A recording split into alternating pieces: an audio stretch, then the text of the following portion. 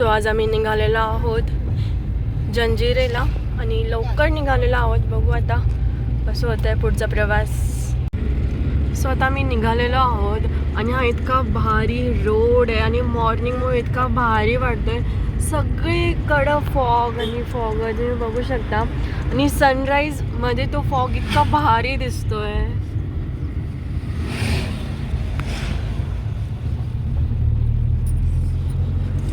सगळीकडं फॉग आहे, बघा ना किती किती प्रिटी आहे.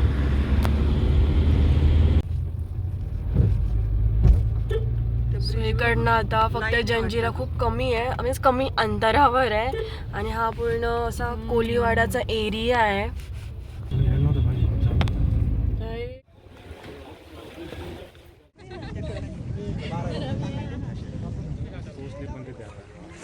यामध्ये एंट्री केलेली आहे.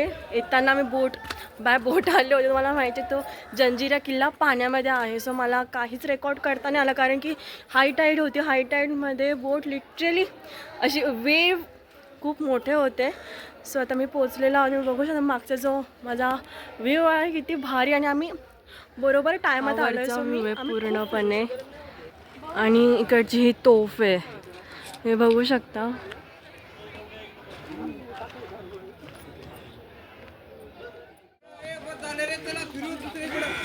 हो मच्छी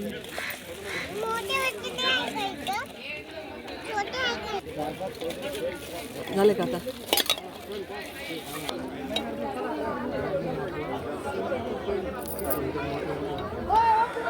इथं मम्मी माशांना जेवण देतीये जे आम्ही स्वतःसाठी आणलेलं होतं. मम्मी म्हटली त्यांना एवढा आवडला आहे तो. बघा किती मासे आले, बघा किती म्हणजे अख्ख्या तळ्याचे मासे इथंच आले असे वाटू राहिले. पॉइंटला जायचं आहे आणि ही मधलं तळं बघत असाल तुम्ही ह्या साईडचं. आणि इतके लोकांनी मोस्टली त्या वरच्या टोकवरच गेलेले. हे बघा सध्या अजून ऊन नाही आहे म्हणून ठीक आहे, म्हणून पटापट पॉईंट्स कवर करतोय. हा वरचा टॉप नाही म्हणता येणार, हा सेकंड टॉप व्ह्यू आहे कारण की अजून वरती आम्हाला चढत जायचं आहे. किती भारी दिसतो हा.